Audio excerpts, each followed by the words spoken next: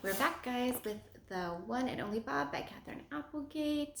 We started part 3 yesterday when you read, so today we're going to continue with that. Bob was doing a little reminiscing about his family and his sister. Remember, he heard that bark when he was at the enclosure with Ivan and Ruby after the tornado hit. Okay, and so he heard that bark, and so he told Ivan and Ruby he needed to go. So he was going to look for his sister, Boss. And that's what it is. So he made it to the animal shelter where he had heard the bark over the radio. And he kept thinking, maybe I didn't hear it. Maybe it just was nothing. When he got there, he heard it again, and then it kind of went silent. He was standing outside the door, kind of listening, and when the door opened, he was found. They put him in a cage, and then they said, oh, he looks like that other dog that's here. Let's put them in there together. Maybe they can be friends. And lo and behold, it was Boss, so they got put in the top cage together.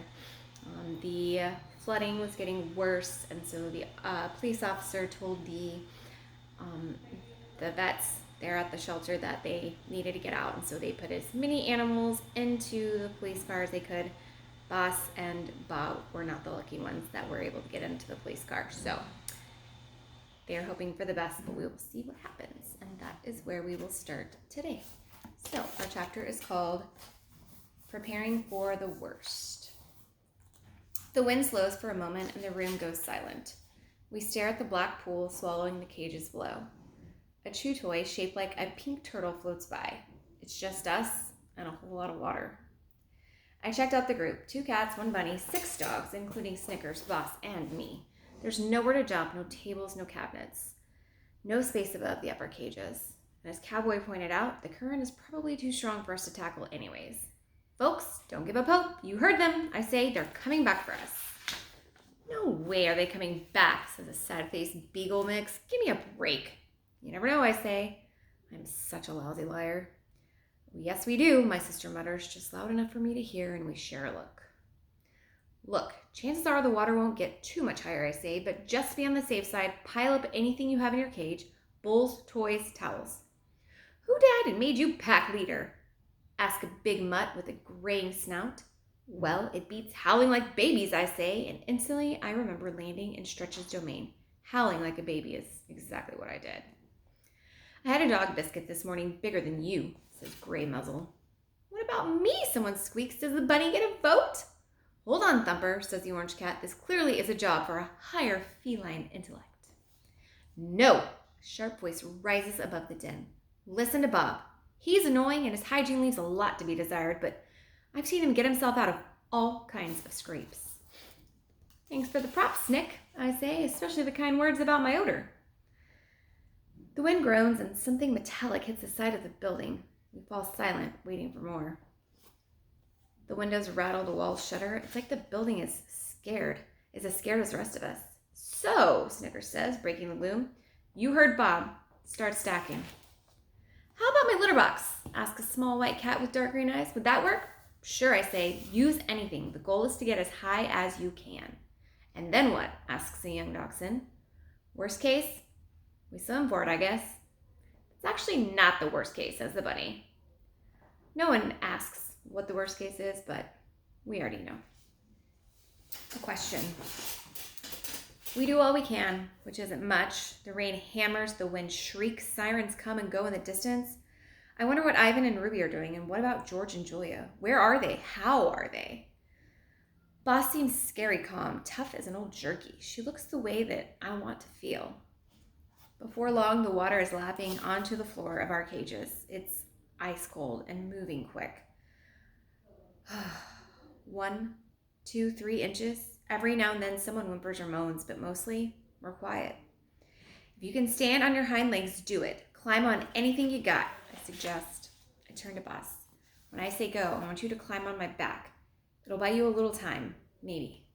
No way. Please, I need to do this. Boss just stares at me. She's so thin I can see every rib. To make it up to you, I add. What are you even talking about, Bob?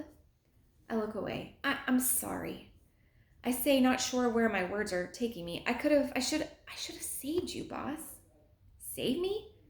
The thing is, I heard you on the highway and I should have... My voice trails off into a sob. Bob, we were puppies, tiny puppies. Don't be ridiculous. How exactly were you going to save me? I don't know, but I should have at least tried. We did what we had to do, boss nudges me. Bob, this is crazy. I can't seem to forgive myself, I whisper, but I know she hears me. Beneath the water, I feel a paw in mine. I forgive you, okay?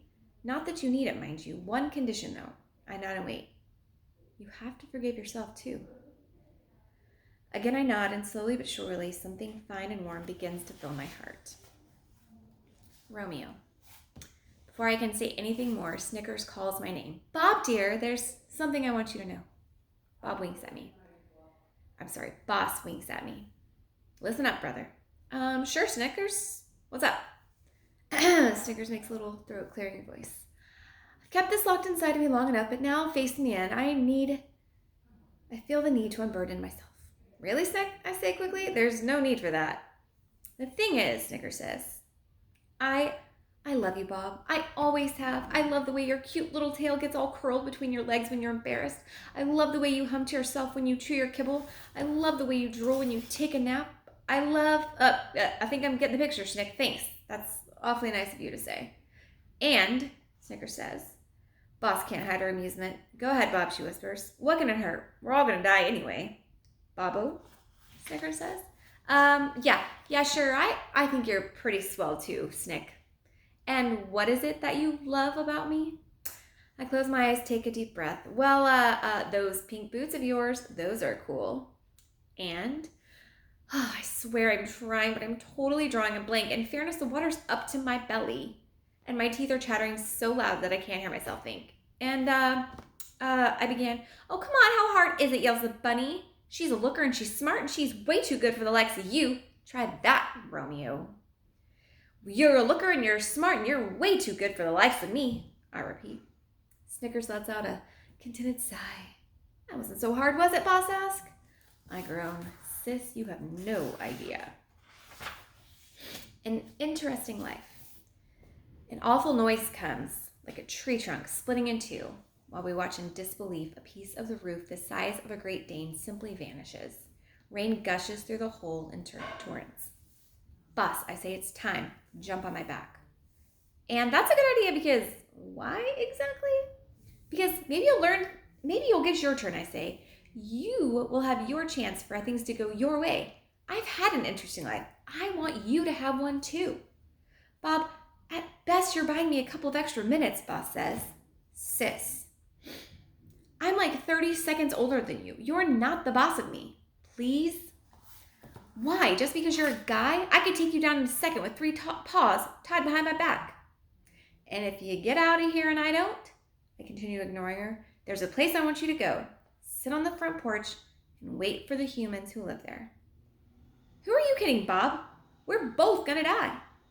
3 blocks up, 4 houses down on the left. Look for a big oak tree. Guy named Nutwit lives there. Nutwit, she says, suppressing a smile. Say it, I command. Fine, whatever. 3 blocks up, 4 houses down. Nutwit, got it. We go back and forth like that, arguing, bantering, trying not to hear the terror in our cage mates. And I think maybe I'm starting to hallucinate just a little. I'm starving and freezing, and I feel a little dizzy. All the smells and the sounds are mingling together, and crazy as it seems, I actually think I catch a whiff of Ivan.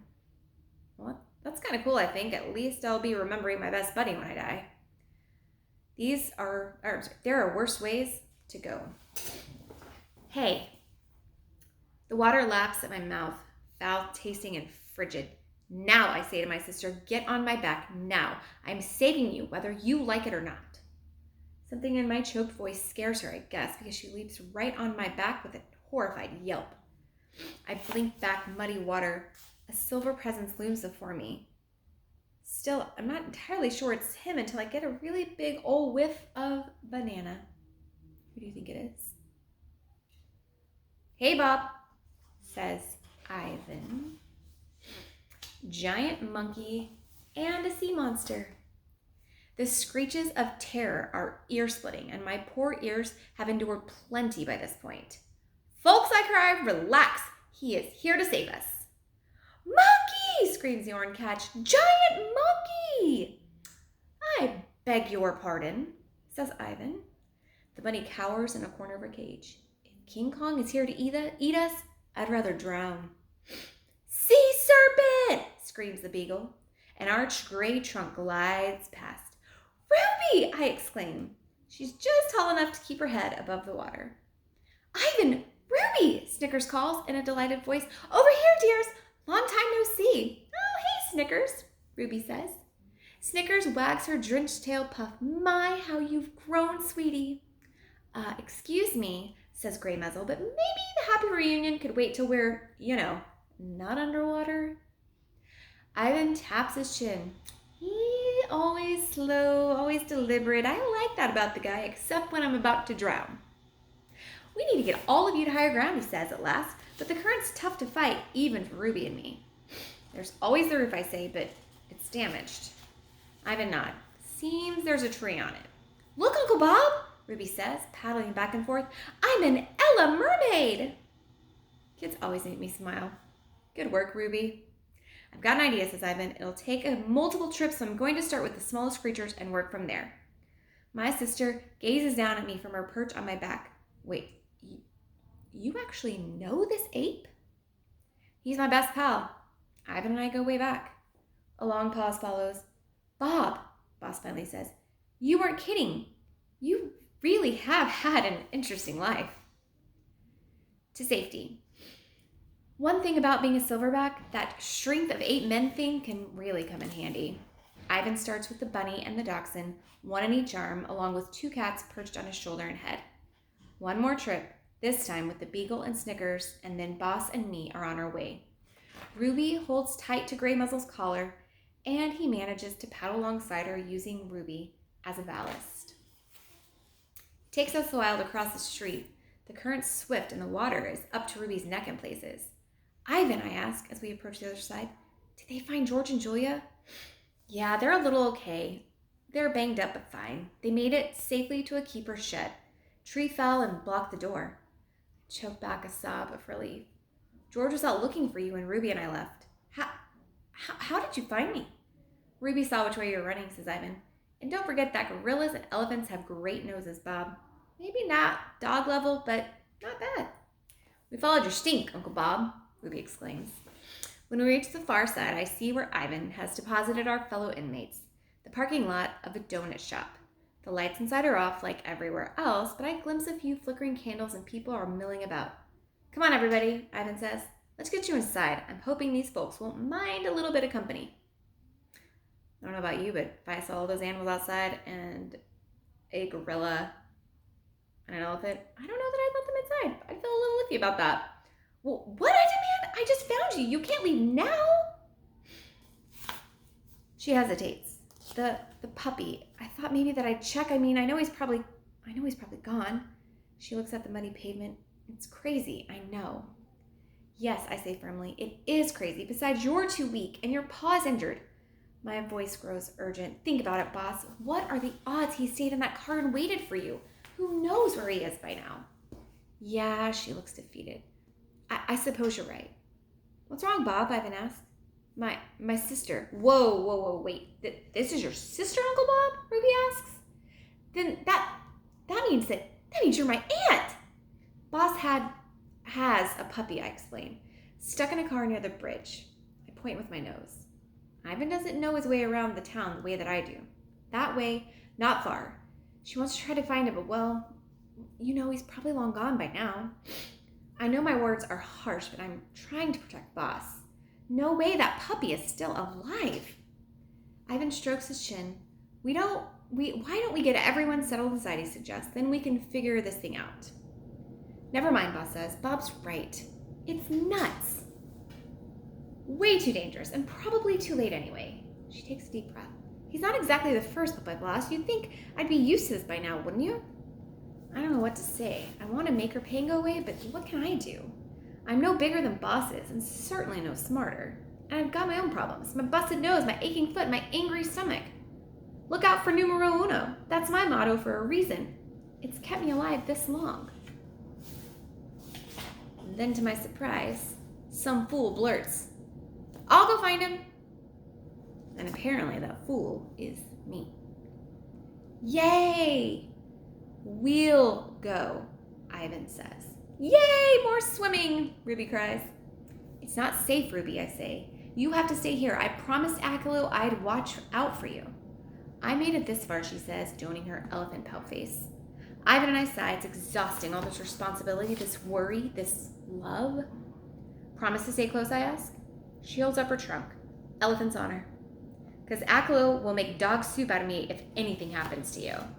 "Yuck," Ruby giggles. "Hey, did you know I can almost do a somersault in the water, Uncle Bob?" Ivan taps politely on the door of the donut shop. But even a polite knock from a gorilla sounds like a visit from a wrecking ball.